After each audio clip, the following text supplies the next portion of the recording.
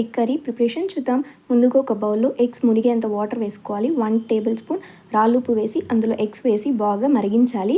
So ఇది boil అయ్యేలోపు మనం ప్రాన్స్ని నీట్గా వాష్ చేసుకుందాం. ఒక బౌల్ తీసుకొని 1/2 టీ స్పూన్ పసుపు పొడి, 1 టీ స్పూన్ రాళ్ళుప్పు వేసి బాగా వాష్ చేసుకోవాలి.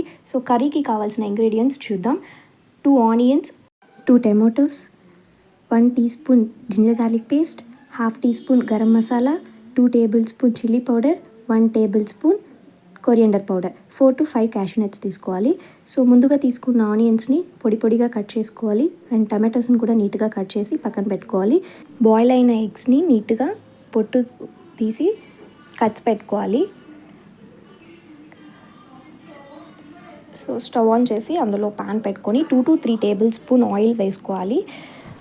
మనం ముందుగా క్లీన్ చేసి పెట్టుకున్న ప్రాన్స్ని ఆయిల్లో డీప్ ఫ్రై చేసుకోవాలి. గోల్డెన్ బ్రౌన్ కలర్ వచ్చేంత వరకు డీప్ ఫ్రై చేసుకోవాలి. అదే ఆయిల్లోనే ఎగ్స్ కూడా ఫ్రై చేసి పక్కన పెట్టుకోవాలి.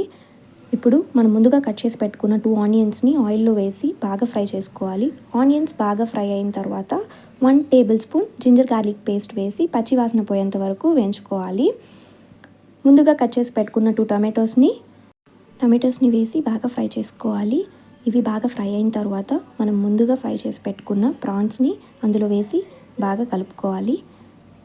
ముందుగా చెప్పిన స్పైసెస్ అన్నీ ఇందులో వేసి బాగా మిక్స్ చేసుకోవాలి.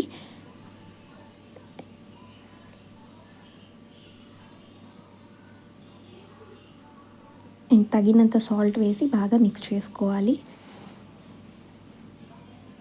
అండ్ ప్రాన్స్ బాగా ఉడికిన తర్వాత మనం ముందుగా కలిపి పెట్టుకున్న చింతపండు గుజ్జుని అందులో యాడ్ చేసుకోవాలి. అండ్ తగినంత గ్రేవీకి కావాల్సినంత కన్సిస్టెన్సీలో వాటర్ వేసుకోవాలి. అండ్ ముందుగా బాయిల్ చేసి పెట్టుకున్న ఎగ్స్ని ఇందులో వేసి బాగా మిక్స్ చేసేయాలి. అండ్ ఫైనలీ వేడిగా prawns and egg curry ready.